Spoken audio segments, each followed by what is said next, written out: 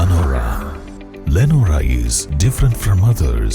Years of perfect stitching experience. Lenora linen, cotton cloth and stitching. Pandikad Road, Vandoor.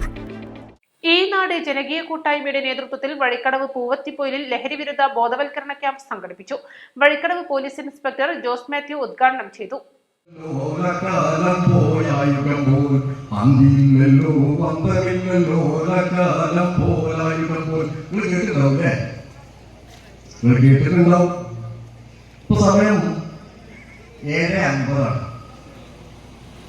എല്ലാവർക്കും തീർന്നിട്ടുണ്ടോ?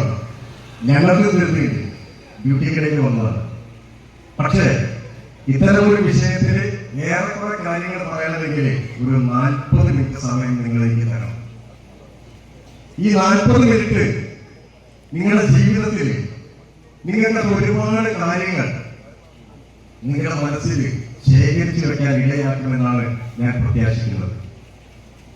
അപ്പോ നമ്മുടെ ഈ പരിപാടി ഔപചാരികമായി സ്വാഗതം പറഞ്ഞ ഉദ്ഘാടനം ചെയ്ത വേദിയിലിരിക്കുന്ന എല്ലാവർക്കും ഒരിക്കൽ കൂടി എക്സൈസ് വകുപ്പിന്റെയും എന്റെയും വ്യക്തിപരമായ ആശംസകൾ നേരുകയാണ്.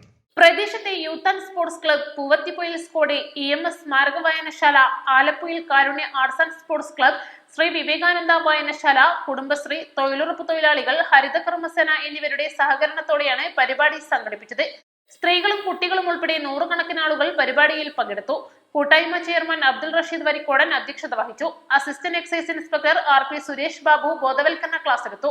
കൂട്ടായ്മ കൺവീനർ K ചന്ദ്രൻ, കൂട്ടായ്മ കോർഡിനേറ്റർ ഉമ്മർ നെയ്വാതുക്കൽ, കൂട്ടായ്മ വൈസ് ചെയർമാൻ മുജീബ് അരഞ്ഞിൽ എന്നിവർ സംസാരിച്ചു.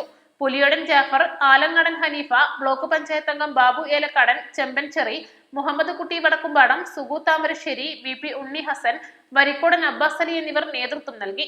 East live Edakkara.